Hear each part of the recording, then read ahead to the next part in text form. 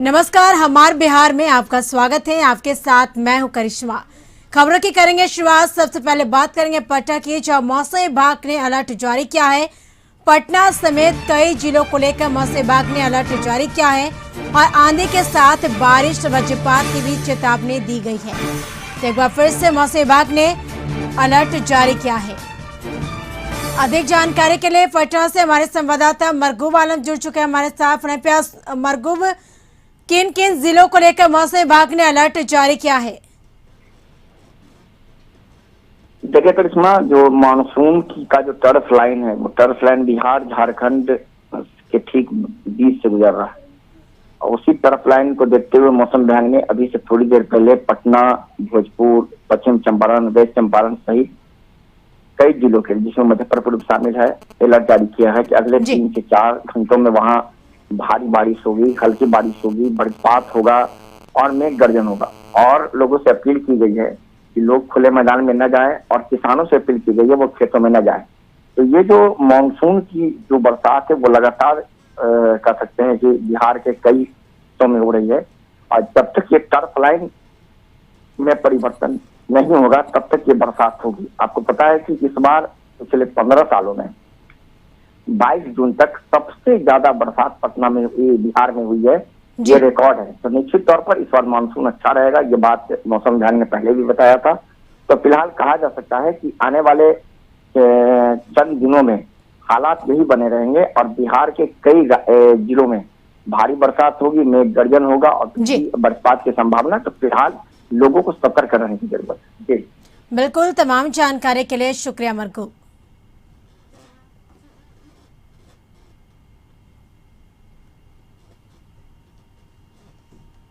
तो खबर दिल्ली से, जो आरजेडी सांसद एडी सिंह की जमानत याचिका को खारिज कर दिया गया। फर्टिलाइजर घोटाला मामले में गिरफ्तारी हुई थी। ईडी की टीम ने दिल्ली से गिरफ्तार किया था। राउस एवेन्यू कोर्ट ने खारिज कर दिया याचिका। तो बता दें कि दिल्ली से खबर, जो आरजेडी सांसद एडी सिंह की जमानत याचिका खारिज कर दिया गया है।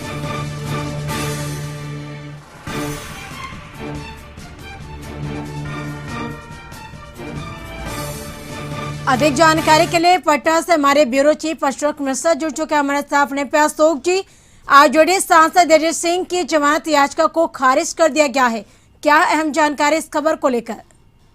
बिल्कुल, देखिए करिश्मा, एडी सिंह यानी कि अमरेंद्रधारी सिंह की गिरफ्तारी पिछले 19 मई को ईडी के द्वारा की गई थी और यह मामला था मनी लॉन्ड्रिंग से संबंधित। यानी कि उर्वरक घोटाले में अमरेंद्रधारी सिंह का नाम आया है। और इसमें जो सबसे बड़ी बात है कि इसकी जांच सीबीआई ने की थी और इस मामले को प्रवर्तन निर्देशालय यानी ईडी द्वारा इसकी जांच की गई और 19 मई को उनको गिरफ्तार किया गया था। और इसी को लेकर के अमरेंद्रधारी सिंह जमानत के लिए राहुल एवेन्यू कोर्ट में गए थे, लेकिन कोर्ट ने उन्हें जमानत देने से इनकार कर दिया है। राहुल एवेन्यू कोर्ट ने आरोपी की जमानत याचिका को खारिज करते हुए कहा है कि इस मामले में प्रवर्तन निर्देशालय यानी कि ईडी इसकी जांच कर रही है। अगर अमरेंद्र सिंह को जमानत दी जाती है तो वह सबूतों के साथ ऐसे में आरोपी को जमानत नहीं दी जा सकती। इसके पहले एडी सिंह ईडी के द्वारा जब गिरफ्तार किए गए थे तो उन्होंने हाईकोर्ट में भी जमानत की याचिका दी थी और तिहाड़ हाईकोर्ट ने तिहाड़ जेल प्रशासन को निर्देश दिया है कि जो पुलिस की जो रिपोर्ट है, ईडी की जो रिपोर्ट है वो सबमिट की जाए। और जो सबसे बड़ी बात है कि एडी सिंह के वकील जो सिद्धार्थ अग्रवाल हैं, उन्होंने कहा है कि एडी सिंह 19 साल से कैंसर की बीमारी से जूझ रहे हैं और उनके अलावा कई समस्याएं हैं। लेकिन इस मामले को लेकर के ईडी और सीबीआई अपनी पकड़ बनाई है, मजबूत बनाई है। और यही वजह है कि 19 मई को अमरेंद्रधारी सिंह के आवास और कार्यालय परिसर में छापेमारी की गई थी और 20 मई को ईडी ने मामला दर्ज किया था। इसके बाद अग्रिम जमानत के लिए भी उन्होंने अप्लाई किया था, फिर नियमित जमानत के लिए भी किया, लेकिन उनकी जमानत नहीं हो पाई है। और अभी कह सकते हैं कि उनका संकट बढ़ा ही है, अभी संकट कम नहीं हुआ है जब तक कि उन्हें जमानत नहीं मिल जाती है।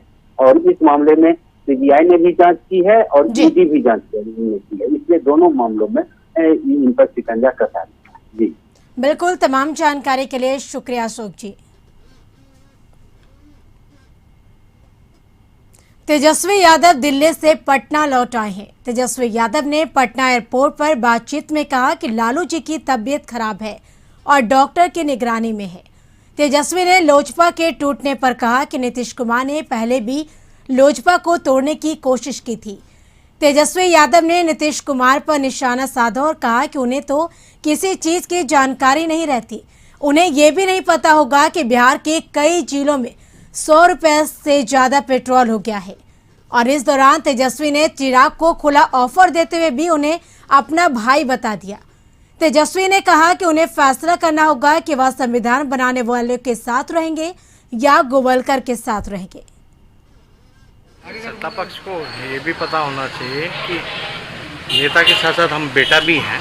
और आप लोग सब लोग जान रहे हैं कि आदरणीय लालू जी की तबीयत जो है वो काफ़ी अभी ध्यान रखने की ज़रूरत है और लोग जो है वो कर रहे हैं। और कोविड का दौर भी था और नीतीश जी ने तो अपने सारे प्रभारी मंत्री हो या जितने जनप्रतिनिधि हो सबका हाथ पैर ही बांध रखे थे।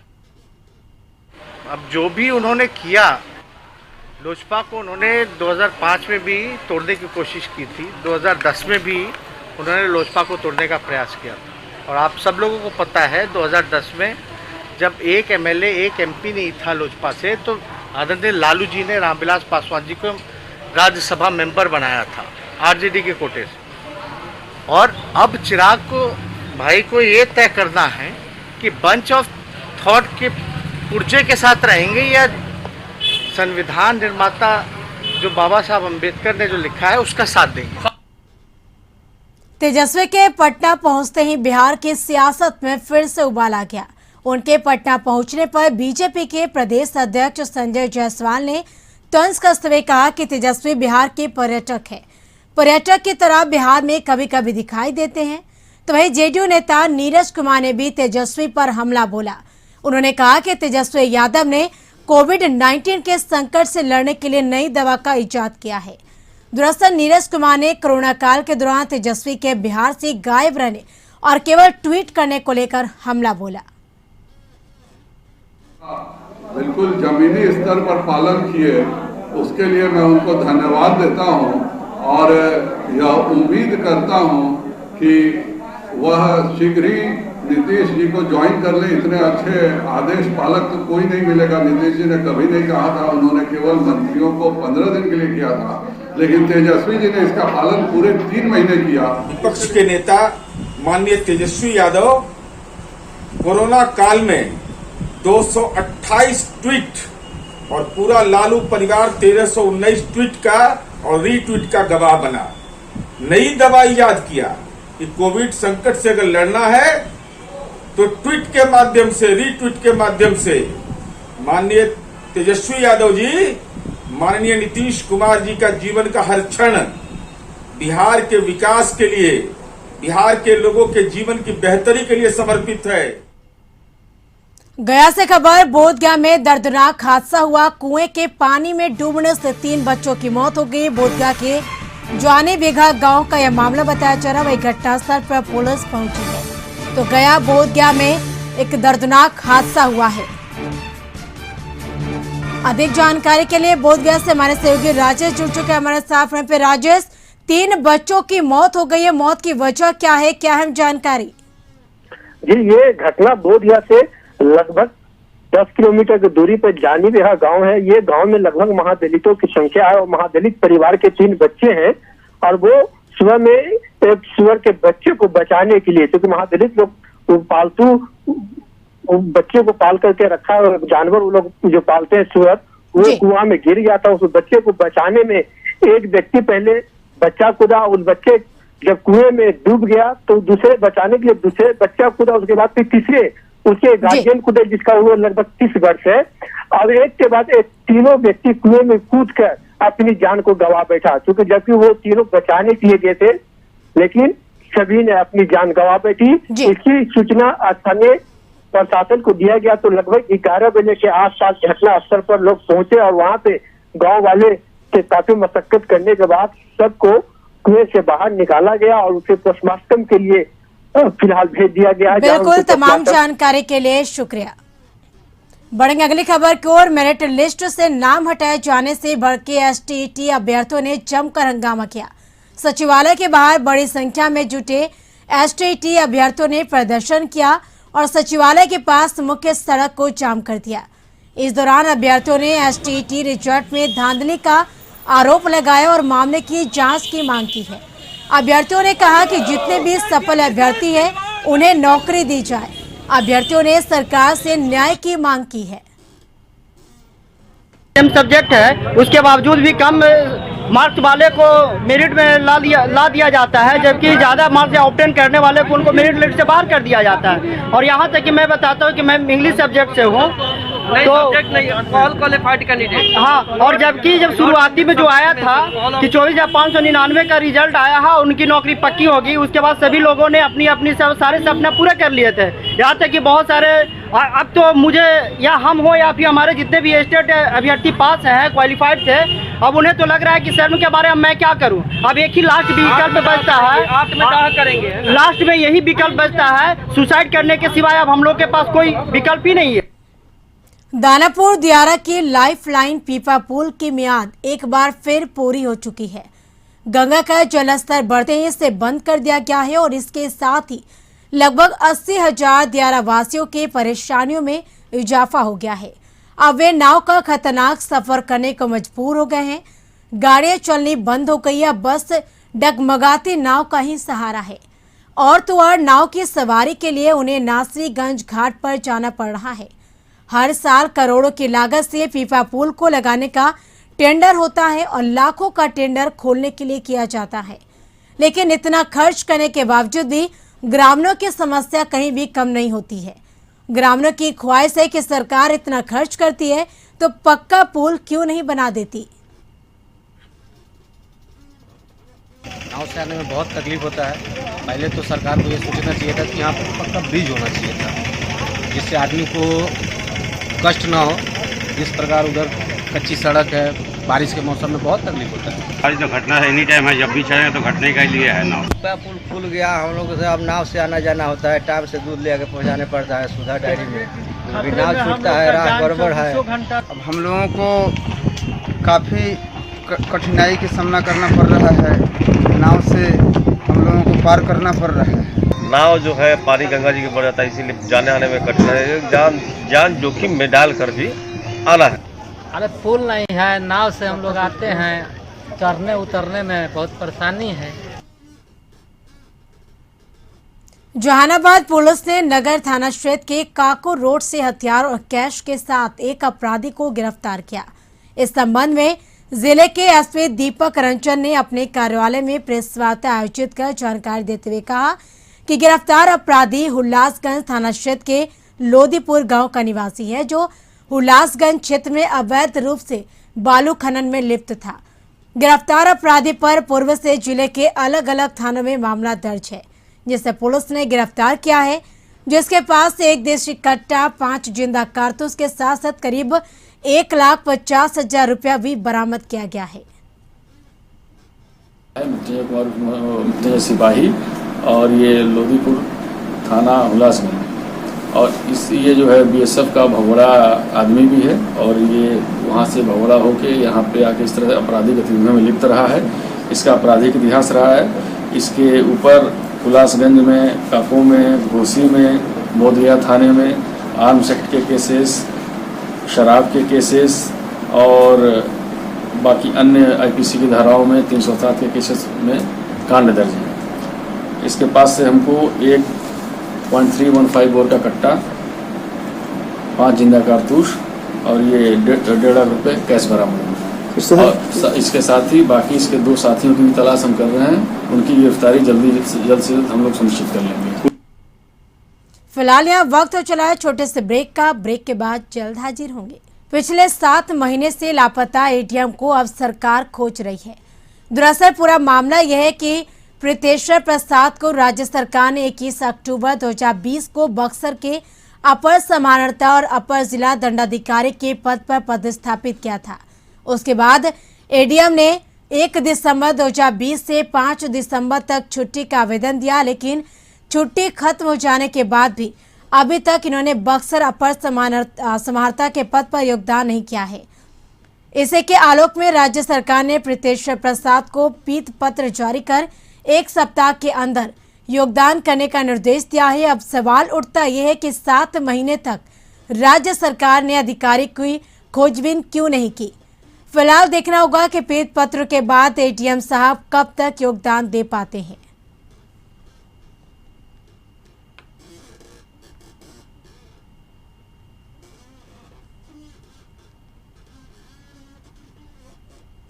बाल विवाह को लेकर सरकारी निर्देश के बावजूद भी बताते चले कि ग्रामीण इलाकों में नाबालिग लड़कियों के शादी की बातें आए दिन सामने आती रहती है।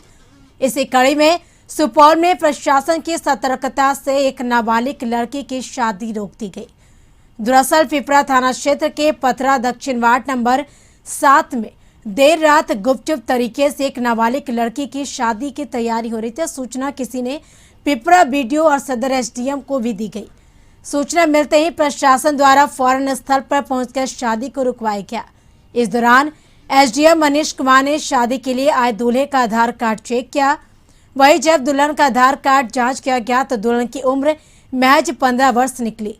वहीं कार्रवाई करते हुए बताते चले कि नाबालिग लड़की की शादी को रुकवा दिया गया। देखिए, लगभग रात के 8 बजे के आसपास एक सूचना मिली थी ग्रामीणों से कि एक नाबालिग लड़की की शादी पथरा पंचायत में कराई जा रही है। लड़का वयस्क है, वो दिल्ली बाहर से कहीं आया हुआ है सिर्फ शादी करने के लिए। सूचना मिलने के बाद हम लोग अविलंब पहुंचे स्थल पे। तत्काल शादी रुकवाई गई। लड़की की उम्र की जांच पड़ताल के दौरान आधार कार्ड के अनुसार लड़की की उम्र 15.5 साल पाया गया, 15.5 साल। और लड़के का जो आधार कार्ड की उम्र का कोई स्पष्ट साक्ष्य नहीं मिला, लेकिन जो उपलब्ध साक्ष्य था उसके अनुसार 23 साल के आसपास का लड़का था। बिहार सरकार नगर विकास विभाग द्वारा बिहार के नगर निकायों के कई अधिकारों पर कैचू चलाने का काम बिहार नगर पालिका संशोधन अधिनियम 2021 के माध्यम से किया गया है। सरकार ने इसको लेकर गजट भी जारी कर दिया गया है। इस आदेश के कारण नगर निगम जनप्रतिनिधियों के कई अधिकार खत्म हो गए हैं। इस विषय को लेकर महापौर, उप महापौर, काउंसिल ऑफ बिहार की बैठक पटना में आयोजित की गई। बैठक काउंसिल के अध्यक्ष पटना मेयर सीता साहू के अध्यक्षता में आयोजित की गई, जिससे बिहार के कई नगर निकायों के मेयर और डिप्टी मेयर सम्मिलित हुए। बिहार सरकार के द्वारा बिहार नगर पालिका अधिनियम संशोधन का विरोध इस बैठक में बिहार के मेयर और डिप्टी मेयर ने किया। सीता साहू ने कहा कि नगर निगम एक स्वतंत्र संस्था है जिसकी देखरेख सरकार के माध्यम से की जाती है, मगर सरकार द्वारा इस स्वतंत्र संस्था के अधिकारों को खत्म करने का कार्य कर रही है। इसके विरोध में पटना हाईकोर्ट में याचिका दायर की गई है।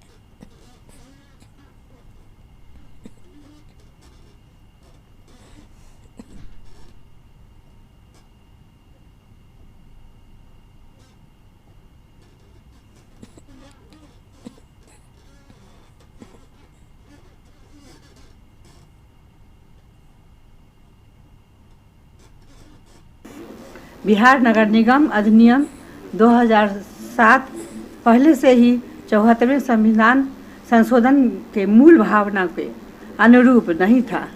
अधिकांश शक्तियाँ सरकार के पास ही नहीं थी। अभी जो संशोधन किया गया है उसके द्वारा नियुक्ति का अधिकार, कार्रवाई करने का अधिकार सारा समाप्त कर दिया गया है। अब इन सारे अधिकारों का प्रयोग राज्य सरकार के द्वारा किया जा रहा है। नगर पालिका एक स्वतंत्र संस्था है, पर राज्य सरकार इसके सारे अधिकारों को समाप्त कर खुद नगर पालिका चलाना चाहती है, जो काफ़ी दुखद है।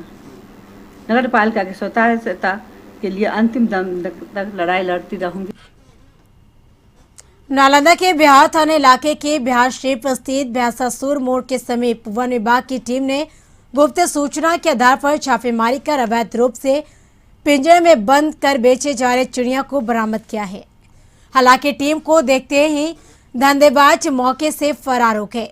वन विभाग के बताते चले कि रेंज पदाधिकारी सुनील कुमार और वन रक्षक पदाधिकारी तरान्नुम खातून ने कहा कि पिछले कुछ दिनों से लगातार शिकायत मिल रही थी कि बड़े पैमाने पर धंधेबाज पिंजरे में बंद कर पंछी और छोटे छोटे जानवर को बेचा करते हैं।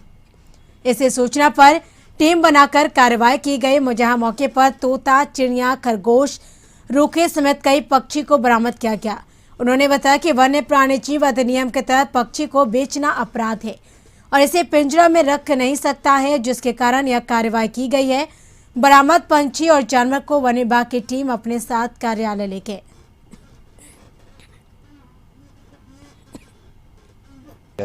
इसमें भैंसासुर चौक पर लगातार हम लोगों को खबर मिल रहा था, सूचना मिल रही थी कि अवैध चिड़िया का बिक्री और खरीद बिक्री किया जा रहा है, जिसके चलते हम लोग आज सूचना मिली कि भैंसासुर मोड़ पे चौक पे चिड़िया बेची जा रही है, खरीदी जा रही है। उसके अंतर्गत वन अधिनियम के तहत जाकर के इस पर कार्रवाई की गई है, जब्ती की गई है। अचानक हम एटीएम के पास से गुजर रही थी कि वहाँ पे भैंस के देखे दो आदमी एक आगे पीछे करके बेच रहे हैं। उसके पास गई, उसको बोली यहीं रोक दो, हमको चिड़िया खरीदना है। वो चिड़िया रख दिया। उसके बाद काफ़ी भीड़ जुट गई, लोग पूछने लगे क्यों किया, तब बोले हम फॉरेस्ट विभाग से वन्य जीव के अंतर्गत आता है, इसको बेचना मना है। उसके बाद हम इसको जब्ती की। बारिश के बाद राजधानी की सड़कों गलियों में जलजमाव देखने को मिल रहा। हालांकि नगर निगम और डिप्टी सीएम तारकिशोर प्रसाद की तरफ से यह दावा किया गया था कि इस बार कहीं भी जल जमाव नहीं होने दिया जाएगा, लेकिन इन सब दावों की परिस्थिति कुछ अलग है। मामला पटना सिटी के वार्ड नंबर 72 के दीदारगंज स्थित मस्जिद के पास की गली का है, जहां पर जल जमाव को लेकर ग्रामीणों का गुस्सा फूट पड़ा। उन्होंने हंगामा करते हुए सरकार की व्यवस्था के प्रति नाराजगी जताई और यहाँ के लोगों का कहना है कि कई महीनों से इस गली में जल जमाव है। इस रास्ते से सभी का आना जाना होता है। रास्ते में खुले चैम्बर हैं, कई बार बच्चों से लेकर बड़े तक इसमें गिर चुके हैं। ग्रामीणों ने मांग की है कि सरकार हमारी समस्या पर ध्यान दे और समस्या को दूर करे, नहीं तो आने वाले दिनों में आंदोलन तेज करेंगे। से लगभग 6 महीना से ऊपर जल जमाव है और इसका कोई देख रेख अपना वार्ड पार्षद अवधेश जी नहीं कर रहे हैं। अवधेश जी को हम 6 महीना पहले बताए, बार बार में उनको हम इंडिकेट करते रहे, लेकिन कोई इंडिकेट पर ध्यान नहीं देते। 6 महीना से पानी जमा हुआ है, यही में बोर बरियाती सब जाता है आता है, गाड़ी भी फंस जाता है, चम्मर भी है। चम्मर में अगर छोटा बच्चा के लेके आते हैं, हम अपने गिर गए हैं उस दिन, तो हमरा 4 को 5 को से हमको टाना है। तो क्या उस दिन जो हम मर जाते तो हमको बाल बच्चा के क्या सरकार पालते, देखते नहीं देखते। इसमें जब गली में कोई आवे नहीं करता है तो सरकार थोड़े लाश उठाने। लगातार हो रही बारिश के कारण एक तरफ जहां नदियों के जलस्तर में लगातार वृद्धि हो रही है, वहीं समस्तीपुर के शहरी इलाका का बरसात के पानी में बाढ़ जैसी स्थिति उत्पन्न हो गई है। समस्तीपुर शहर के Kashipur, Tirhut academy road, Sonbarsa road, RNR college और BED कॉलेज का इलाका पूरी तरह से जलमग्न है। लोगों के घरों में पानी प्रवेश कर गया है, जिससे वहां रहने वाले लोगों को काफी परेशानियों का सामना करना पड़ रहा। सड़क से लेकर लोग घरों तक 2 से 3 फीट पानी भरे हुए। लोगों के घरों तक आवश्यक काम होने पर लोग जान को जोखिम में डालकर घर से बाहर निकल रहे हैं। कई परिवारों की स्थिति यह है कि वह पूरी तरह से जल कैदी के रूप में रहने को विवश है। समस्तीपुर जिला प्रशासन के द्वारा पिछले मानसून में इस इलाके को जलभराव से होने वाली परेशानी से मुक्ति दिलाने का आश्वासन दिया गया था, लेकिन 1 साल बीत गए, कोई मजबूत प्रयास नहीं हुआ। इसका नतीजा एक बार फिर लोग परेशानियों का सामना कर रहे हैं। घूम घूम करके पूसा रोड से आए हैं। क्या दिक्कत है? बहुत पानी तो यूं लग रहा है जैसे चारों तरफ जाल की तरह बिछा करके घेर रखा है। बेचते दूध बेचते हैं, घर तो बेला है। अच्छा। लेकिन भर भर ठेवना पानी हेल करके जाना पड़ता है, बहुत कठिनाई समझे। क्या कुछ मतलब जो है कहाँ कितने दूर तक दूध देते हैं, कहाँ देते हैं और क्या कुछ? काशीपुर देते हैं, मोहनपुर देते हैं, मूसापुर देते हैं। पूरे पानी हेल करके जाना पड़ता है। कोरोना के कारण काफी लोग आर्थिक रूप से कमजोर हो गए हैं। काम धंधे बंद होने के कारण लोगों के आर्थिक स्रोत बंद हो चुका है, जिस कारण से लोगों को काफी परेशानी हो रही है। इस बीच समाज के कुछ संपन्न लोगों के द्वारा असहाय लोगों की सहायता भी की जा रही है। बीजेपी के संस्थापक श्यामा प्रसाद मुखर्जी के बलिदान दिवस के अवसर पर सामाजिक कार्यकर्ता प्रदीप कुमार द्वारा समाज के कुछ लोगों के सहयोग दंडपुर मोहल्ले में रहने वाले दिव्यांग युवक को 3 पहिया साइकिल निःशुल्क मुहैया कराया गया। दिव्यांग युवक अपने घर में कुछ साइकिल के माध्यम से काम कर घर का भरण पोषण करने में सहायता कर सके। इस सहायता के लिए घर के परिवार के सदस्यों ने सामाजिक कार्यकर्ता को धन्यवाद दिया। पुरंदरपुर मोहल्ला में दुपुलवा में हमको महसूस हुआ समाज में कि हमारा एक बच्चा ठीक से ही चल नहीं सकता है, इसलिए हमको महसूस हुआ देखने के बाद कि नहीं, इसको रिक्शा की ज़रूरत है और ज़रूरत है, इसलिए हम लोग आज सभी लोग मिलकर हम लोग इसको रिक्शा दिए, हम दिए। खबर राजधानी पटना के पटना सिटी से। वन विभाग ने राजधानी के एक हॉस्पिटल में छापेमारी की। वन विभाग ने यह छापेमारी पटना सिटी स्थित धन के मोड़ स्थित चिरायु हॉस्पिटल में की है। यहां गुप्त सूचना के आधार पर वन विभाग की टीम ने कार्रवाई करते हुए 35 किलो हाथी दांत को बरामद किया। इस कार्रवाई में वन विभाग ने अस्पताल के एक डॉक्टर सहित 3 लोगों को गिरफ्तार किया। गिरफ्तार डॉक्टर का नाम ज्योति कुमार बताया गया है। जानकारी के अनुसार डॉक्टर ज्योति कुमार हाजीपुर भाजपा के कार्यकारी जिलाध्यक्ष है। वही अन्य आरोपियों के एक डॉक्टर के ड्राइवर और एक बिचौलिया है। कार्रवाई के बाद तीनों आरोपियों को वन संरक्षण अधिनियम के तहत प्राथमिकी दर्ज कर जेल भेज दिया गया है।